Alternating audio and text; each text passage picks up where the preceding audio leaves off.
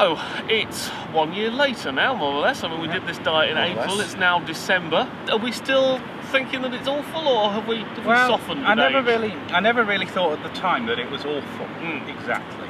But with the produce we could actually get from Fife, there was very little to it. It was some green vegetables, thank God for that, you know, Muddy Boots place we went to actually giving us some variety so that, you know, we could have carrots with our potatoes. In the years since we've done this, we've actually discovered there's a few more Fife producers we could have hit. Yeah, you know, we could have gotten some fish. There is a dairy far off in the east of Fife. Yeah. And it's possible that maybe the Cookery mill actually mills flour from Fife, although it doesn't matter because the Cookery mill also doesn't sell to the public anyway. Mike Small can only use it because he got a donation from them. Yeah. According to his blog.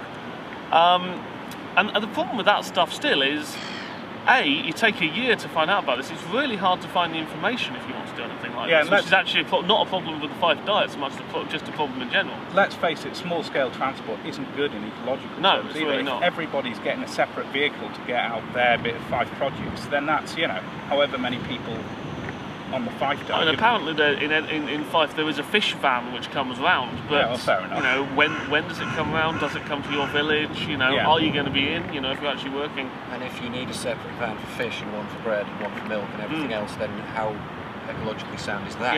Yeah.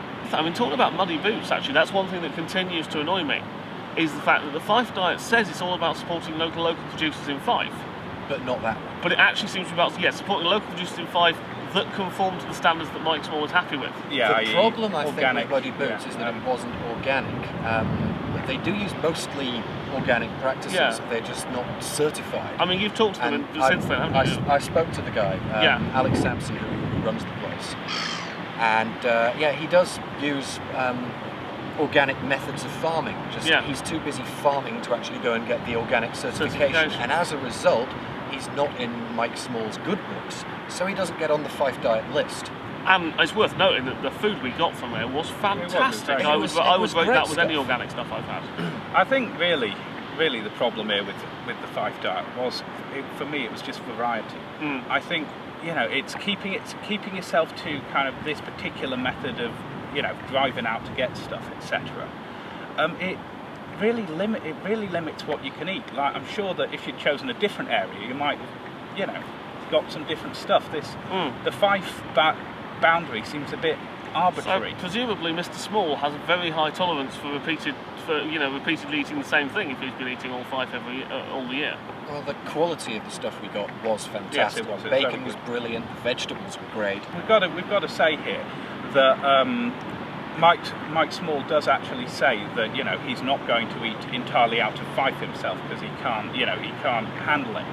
And as the year's been going on, his dedication to eating mostly Fife stuff, then some Fife stuff, it seems to be going downhill. A bit of Fife stuff, if you can manage it. The last thing I read was he was saying he was eating largely Fife stuff. Yeah, but still it's...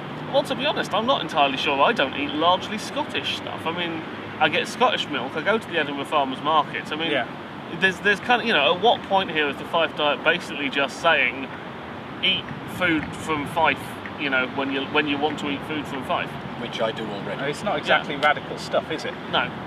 Anyway, this is all we have time for on Season 0 of Kamikaze Cookery. So thank you very much for watching. If you haven't seen our other episodes, do go and check them out because they're all ace. If you haven't bought our DVD, do buy the DVD because we like money.